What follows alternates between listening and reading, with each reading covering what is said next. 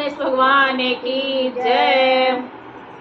आज घरवा आइले गणपति ललन भवनवा पावन भइले।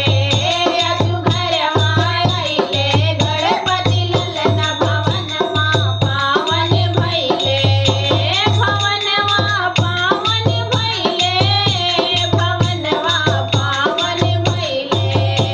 भवनवा पावन भइले।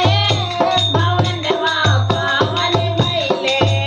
आज घरवा आइले गणपति ललन भवनवा पावन भइले। आज घरवा आइले गणपति ललन भवनवा पावन भइले। रिधि मैया आइल बाड़ी। सिद्धि मैया आइल बाड़ी। रिधि मैया आइल बाड़ी। सिद्धि मैया आइल बाड़ी।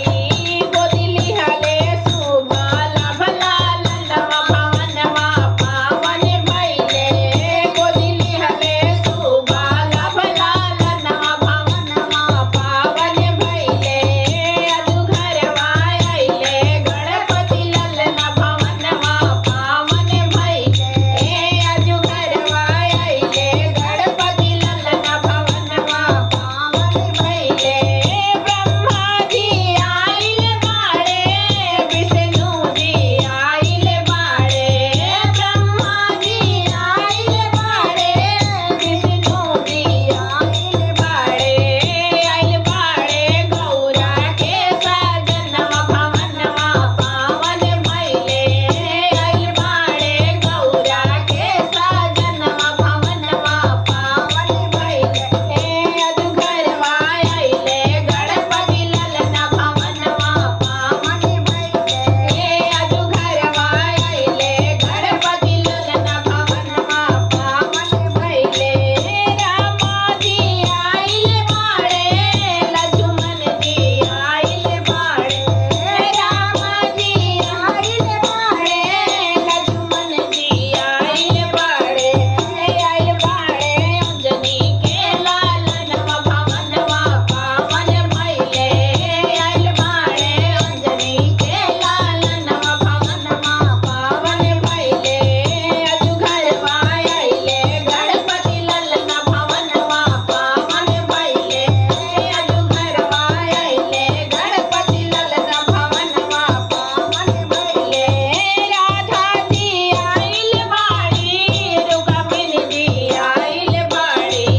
राधा जी आइल बाड़ी। रुक्मिणी जी आइल बाड़ी। आइल बाड़े जसोदा के लालनवा भवनवा पावन भइले। आइल बाड़े जसोदा के लालनवा भवनवा पावन भइले। आज घरवा आइले गणपति ललन भवनवा पावन भइले। आज घरवा आइले गणपति ललन भवनवा पावन भइले। भवनवा पावन भइले। भवनवा पावन भइले। भवनवा पावन भइले। भवनवा पावन भइले। भक्त सब गावेले भजनवा भवनवा पावन भइले। भक्त सब गावेली भजनवा भवनवा पावन भइले। आज घरवा आइले गणपति ललन भवनवा पावन भइले। आज घरवा आइले गणपति ललन भवनवा पावन भइले। बोलो गणेश भगवान की जय।